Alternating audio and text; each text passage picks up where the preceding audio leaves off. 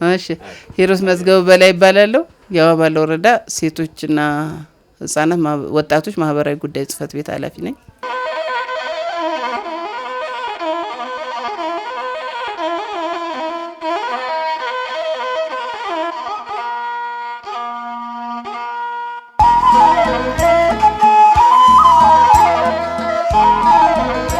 የጠቅላላ አመራር አንዳንድ ሺህ ብር አወጣል።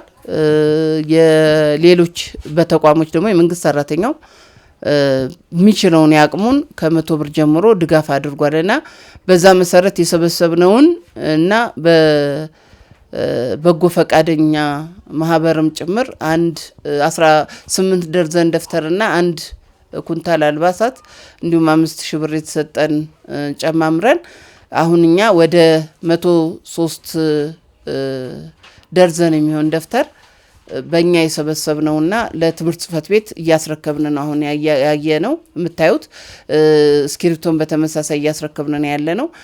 በትምህርት ደግሞ የተሰበሰበ ከ310 ምናምን 17 በላይ የሚሆን ደግሞ እንዲሁ ደፍተር እና እስክሪብቶ አለ።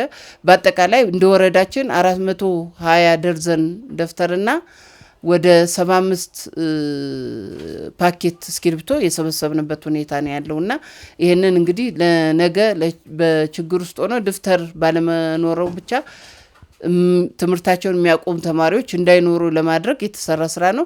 አሁን ቀሪም ያላመጡ ተቋሞች አሉ። እነሱም ተቋሞች አሁን እየገዙ ነው ያሉ፣ ብር ሰብስበዋል።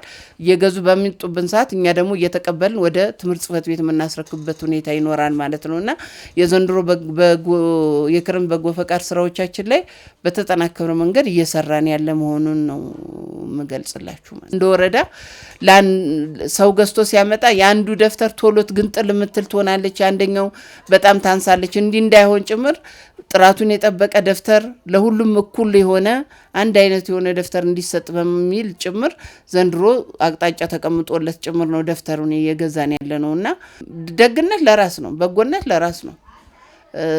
ማንም በጎ በሰራ ቁጥር በጎ ራሱ መልሶ ነው የሚከፍልና ሰው አሁን ላይ የተረዳበት ሁኔታ አለና ህብረተሰቡ ጋር ስትሄጂ የሚነግርሽ ነገር እውነት በትክክለኛ ለደካማውና ለችግረኛው መድረሱን እያረጋገጠ ስለሆነ ከዚህ በላይም ብንታዘዝ እናደርጋለን የሚል ምላሽ አለው ህብረተሰቡ ማለት ነው።